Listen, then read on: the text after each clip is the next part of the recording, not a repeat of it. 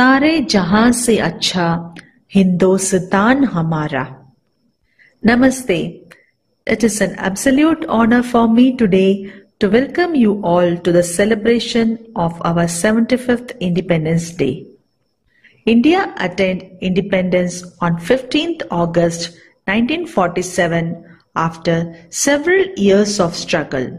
Our freedom fighters who were striving for freedom and organizing marches and movements were imprisoned, tortured and hanged. Yet they never gave up. The Jawans and soldiers accompanied such leaders and also lost their lives. The great freedom fighters like Netaji Subhash Chandra Bose, Mahatma Gandhi, Bhagat Singh, Mangal Pandey, Chandrasekhar Azad, Sukhdev and many more struggled for decades. In 1929, the Indian National Congress declared Purna Swaraj or Independence of India at an assembly in Lahore. Finally, after a series of sessions and meetings between the British government and the Indian National Congress, Lord Mountbatten, who served as the last viceroy of pre-independent India, agreed to the proposal, and India became as an independent nation. On this day, the national flag of India is hoisted at multiple public places. Prime Minister unfurls the national flag at Red Fort in Delhi. Along with the flag hoisting ceremony, parade and folk dance performances also takes place. Academic institutions, including schools and colleges, host a special ceremony for enlightening the students about the historical significance of this day. As we celebrate our 75th Independence Day, we should carry the spirit of nationalism and patriotism that runs through us and honor our forefathers. Vanakkam. சுதந்திர தினமான இன்று விடுதலை போராட்டத்தில் தமிழகத்தின் பங்கை பற்றி தெரிந்து கொள்வோம். 1857 நடந்த சிப்பாய் கழகமே முதல் இந்திய சுதந்திர போராட்ட கருதப்படுகிறது. ஆனால் தமிழ்நாட்டில் விடுதலை போராட்டம் 1850 ஆண்டு தொடங்கிவிட்டது. திருநெல்வேலி உள்ள நெற்கட்டும் செவ்வல் இது பகுதியினால பூலிதேவன் 1850 ஆண்டு படையோடு போராடி வெற்றி பெற்றார். ஆங்கிலேயருக்கு எதிராக சீத்தரசரை ஒன்று திரட்டினார். இவர் கடைசியாக பங்கேற்ற போர் 1801 ஆண்டு நடைபெற்றது. சிவகங்கையை ஆண்ட மருது சகோதரர்கள் 1785 முதல் 1801 ஆண்டு வரை ஆங்கிலேயர்களுக்கு எதிராக பல குழுக்களை திரட்டியதால் 1801 ஆண்டு அக்டோபர் 24 நாள் தூக்கிலிடப்பட்டார். 1772 ஆண்டு ஆங்கிலேயர்களுக்கு எதிராக போராடிய முத்துவடுகநாதர் போரில் கொல்லப்பட்டார். அவரது மனைவி வேலுநாச்சியார் மருது சகோதரர்கள் மற்றும் சில படைகளோடு ஆங்கிலேயர்களை எதிர்த்து போராடி வெற்றி பெற்றனர். கப்பங்கட்டமர்த்த கட்டபொம்மனை ஆங்கிலேயர்கள் எதிர்த்தனர். இறுதி வரை போராடிய அவர் இறுதியில் கயத்தாறு என்ற இடத்தில் தூக்கிலிடப்பட்டார்.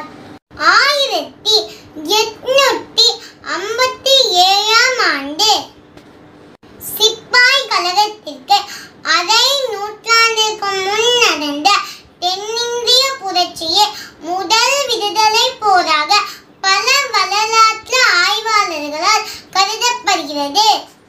இவ்வாறு விடுதலை போராட்டத்தில் தமிழ்நாடு முன்னோடியாக இருந்தது. Let us watch a skit by our children about the incidents that took place during the freedom struggle. I am reporter K. Shruti from News 7 in Amritsar.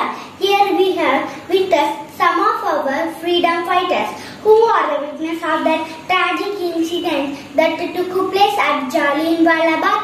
Now let us hear from them.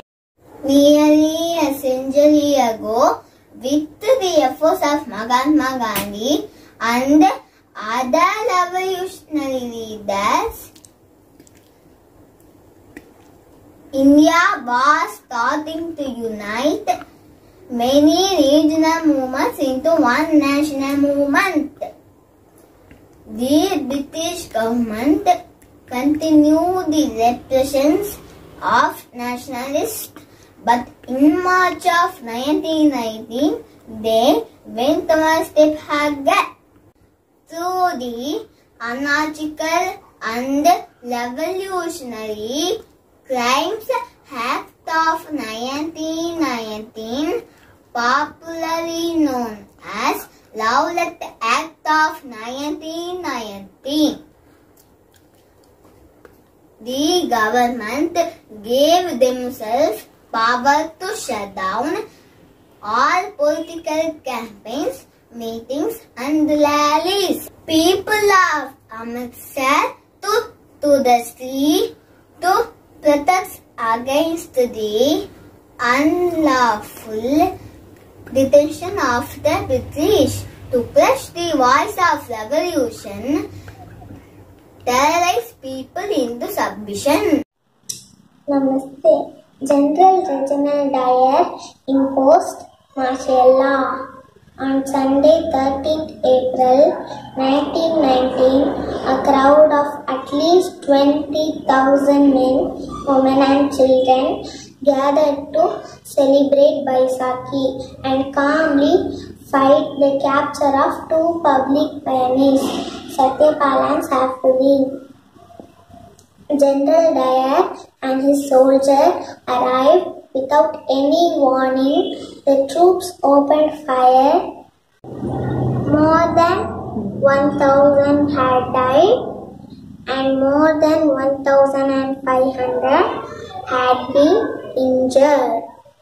The news spread like wildfire across the country. This incident encouraged many more to struggle for India's freedom. We have yet another incident to hear from our freedom fighters about the Andaman Cellular Jail. Sir, please. Andaman Kalapani Jail. The cellular jail, also known as Kalapani, was a colonial prison in Andaman and Nicobar Island, India. The prison was used by the British government for the purpose of exiling political prisoners to the remote island. Many independence activities were imprisoned during the struggle for India's independence. Many notable freedom fighters of the great Indian freedom movement such as Bhutkeshwar Dutt and the renowned Veer Savarkar and numerous others were kept as prisoners. Cellular Jail tells the story of infamous cruelty meted out Indian political prisoners by Britishers.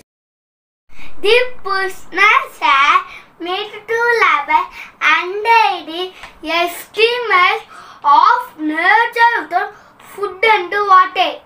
In the jail, the prisoners could not communicate in Geneva at all. Hunger, torture and isolation were the highest punishment faced by the prisoners. In 1933, the prisoners went on a 45 days hunger strike. In the end of the British relented and accepted the prisoners' demands. In 1937, another hunger strike used to ensue again ensured once again the British had given their prisoners wanted to return to their own soil to partake in the last year of the freedom struggle. Jail used to be one of the biggest jails in Asia. Today, From this we come to know about the great sacrifices of our ancestors to achieve freedom. Now let us appreciate our tiny tots to show their patriotism through their colorful activities.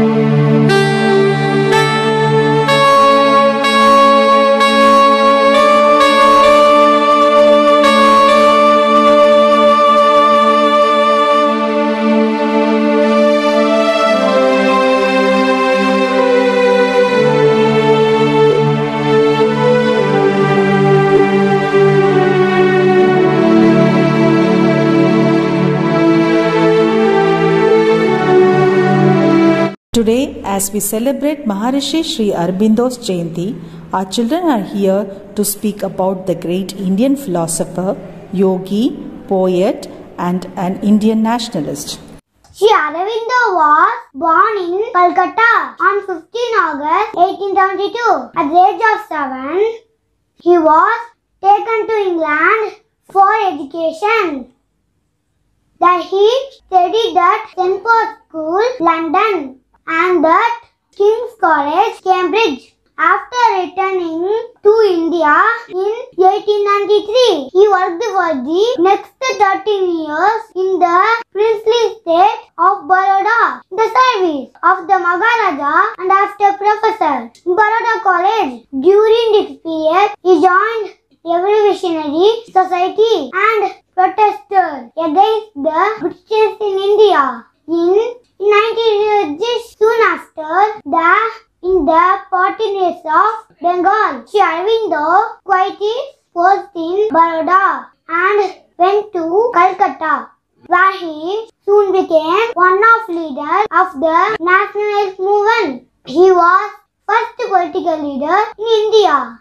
He put forward in newspaper Vande Mataram, the idea of complete independence over the country. Sir Aurobindo had begun the practice of yoga in 1905 in Baroda.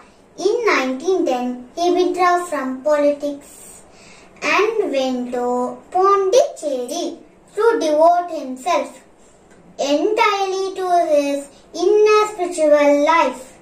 During his 40 years in Pondicherry, he evolved a new method of spiritual practice which he called the internal yoga in 1926 with the help of his spiritual collaborator, the mother. He founded Sri Aurobindo Ashram. Sri Aurobindo left his body on 5th December 1950. Our children made us realize the importance of freedom by narrating various incidents that took place to make India an independent country. As an Indian, it becomes our duty to abide by the rules and follow the footsteps of our forefathers who earned freedom for us after their long struggle and sacrifices. Freedom is to give equal opportunities to everyone for liberty and pursuit of happiness. Freedom is to express one's own ideas and opinion through the medium of writing, speech, and any other forms of communication without causing any harm to someone's reputation. With this thought and a pride to be an Indian, our tiny tots are now giving us a feast of colorful dance. India, India, India, India. எங்கள் தேசம் India, India, India. எங்கள் தேசம் India, வருஷமெல்லாம் பூக்கள் பூக்கும் வசந்த தேசம் India. India, India.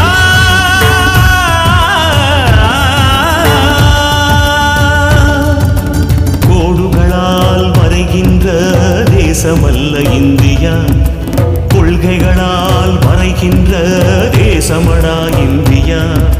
மூன்று பக்கம் கடல் கொண்ட தேசமல்ல இந்தியா, நான்கு பக்கம் புகழ் கொண்ட தேசமடா இந்தியா.